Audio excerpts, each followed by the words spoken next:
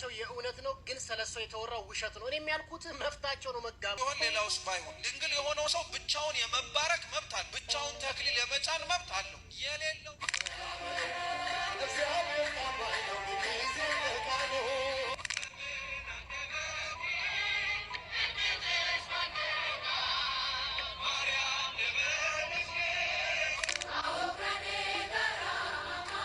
ዳጆ አርቲስት ናርዶስ አዳነ ልትሞሸር መሆኑ ተሰምቶ ነበረ። አሁን እየወጡ ባሉ መረጃዎች ደግሞ የምታገባው ሙሽራ ይፋ ሆኗል ነው የተባለው። የናርዶስ አዳነ ሙሽራ ዲያቆን ዘላለም ታዬ ሆኖ ተገኝቷል። ጉዳዩ እጅጉን እያነጋገረ ነው ያለው። ሁለቱ ጥንዶች እንግዲህ በስርዓተ ቤተ ክርስቲያን በስርዓተ ተክሊል ጋብቻቸውን ይፈጽማሉ ተብሎ እየተጠበቀ ነው ያለው። ጉዳዮቹ የሚያሳዩት እንደዚህ ነው። ተወዳጇ አርቲስት ናርዶስ አዳነና ዲያቆን ዘላለም ታዬ ጋብቻቸውን በስርዓተ ቤተ ክርስቲያን በስርዓተ ተክሊል ይፈጽማሉ ተብሎ እየተጠበቀ ይገኛል።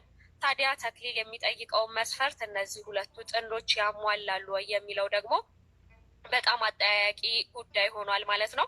ዲያቆን ዘላለም ታዬ በዚሁ እንግዲህ በጋብቻው ዙሪያ ያስተማረው ትምህርት አለ። ይሄም ትምህርት እሱ ከሚፈጽመው ማለትም ከናርዶስ አዳነን ከሚያገባት ከዚሁ ከስርዓተ ተክሊሉ ጋብቻ ጋር ይመሳሰላል የሚለው እጅጉን አነጋጋሪ ጉዳይ ነው። ዲያቆን ዘላለም ታዬ የድቁና ክህነት አለው። ከክህነቱ አንጻርስ ምን አይነት ሴት ነው ማግባት ያለበት? እውነት ዘላለም ታዬ ክህነቱ አለው ወይ የሚለው ነገር አነጋጋሪና አጠያያቂ ጉዳይ ሆኗል። እንግዲህ ዲያቆን ዘላለም ታዬ በቅርቡ የጀመረው በራሱ የዩቲዩብ ቻናል ላይ የሚሰጠው የጋብቻ ትምህርት አለ። በዘቆን የሚለው ማዕረጉን ወይም ደግሞ የክህነት ስሙን እንዳልተጠቀመም ተመልክተናል።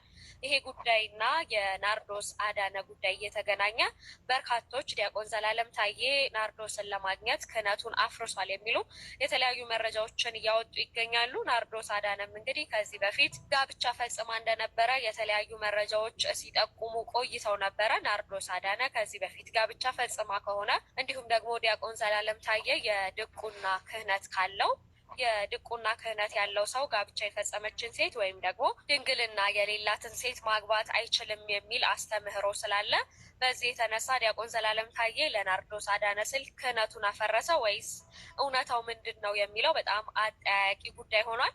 በመጨረሻዎቹ ሰዓታት ላይ እየወጣ ያለው መረጃ እንግዲህ ናርዶስ አዳነ ዲያቆን ዘላለም ታዬ ነው። ሰላም ሰላም፣ ውድና የተከበራችሁ የአዜቴ ቤተሰቦች እንዴት ናችሁ? ሰላም ናችሁ? ሰላማችሁ ብዝት ትርፍርፍ ይበልልኝ። እኔ ጋር ሁሉ ሰላም። ሰሞኑን እንግዲህ መነጋገሪያ የሆነው ማለት ነው የዲያቆን ዘላለምና የአርቲስት ናርዶስ ጋብቻ በጣም ብዙዎቹን እያነጋገረ ያለ ነው ሚዲያ ላይ ማለት ነው። እንግዲህ እግዚአብሔር ነው እውነቱን አዋቂ። እንግዲህ ሚኮ እንዳለው ከሆነ ማለት ነው እሷም አግብታ አልፈታችም፣ ውሸት ነው፣ እሷም ድንግል ናት። ከተጋቡ መሰየው፣ ግን እውነቱ ትክክለኛው ይህ አይደለም እያሉ ነው። በመጨረሻም ደግሞ ተጋቡም እየተባለ ነው። እውነቱ የት ጋ ነው? እንግዲህ በጣም አወዛጋቢና ብቻ አላቅም አወዛጋቢ ነገር ሆኗል ማለት ነው። ሁሉንም እያስቆጣን ያለው እሱ ዲያቆን ከሆነስ ለምንድን ነው ዩቲዩብ አካውንቱ ላይ ለምንድን ነው ዘላለም ታዬ እንጂ ዲያቆንን ለምንድን ነው ያልጨመረበት? ለእሷ ሲል ክህነቱን አውርዷል ወይ? እሷም ደግሞ አግብታ የፈታች ናት፣ ድንግል አይደለችም የሚሉም አሉ። ግማሾቹ ደግሞ አላገባችም ለፊልም ነው እንጂ የፊልም ጋብቻ ነው እንጂ የእውነት ጋብቻ አላገባችም፣ ኧረ ውሸት ነው፣ እሷም ድንግል ናት እየተባለ ነው። እንግዲህ አወዛጋቢ ሆኗል። ለማንኛውም ሰሞኑን ያው ኢትዮጵያን በሰው ህይወት እንግዲህ መግባት እንወዳለን ማለት ነውና መቦጥቦጥ እንወዳለን፣ የራሳችንን ሳናቅ ማለት ነው። መብላቷን ሳታቅ እጇን ታጠበች እንደሚባለው ማለት ነው። ስለ ራሳችን አናቅም፣ ግን ስለ ሰው ማውራት ስለ ሰው ማሞቅ ግን እና ይሄ የቀድሞ ባሏም እንደሆነ ይወራል ማለት ነው። ይህም ውሸት ነው፣ ከእውነት የራቀ ነውም እያሉ ናቸው። ብቻ መጨረሻውን አብረን የምናይ ነገር ይሆናል ማለት ነውና እኛ ሰዎች ስንባል እንግዲህ ሰሞኑን እንግዲህ በጣም ከሚባለው በላይ ጉደኛ ነገሮችን እያየን ያለ ነው ማለት ነው። በጣም የሚያሳዝንና የሚያሳፍር ነገር ነው እየተደረገ ያለው። በተለይ በኦርቶዶክስ እምነት ላይ ብዙዎቹ ሁሉም አዋቂ ነኝ እያለ የራሱን ነገር እየሰጠ ነው። እንዲሁም ደግሞ ድቁንናውንም አፍርሷል የሚሉም ሰዎች አሉ። እሱ ስሙን ስላልተጠቀመ ብቻ እንጂ ምንም አይነት ነገር አይተውም ሰምተውም አይደለም። ይህ ነገር ሊታሰብበት ይገባል ማለት ነው። ብዙ የሚባሉ ነገሮች እንግዲህ መግቢያ ላይ እንደሰማችሁት ብዙ ነገር አለ። ይህ ነገር ሁሉ ውሸት ነው፣ ከእውነት የራቀ ነው የሚሉም አሉ። ለማንኛውም እሷም መልካም ትዳር፣ ለሱም መልካም ትዳር።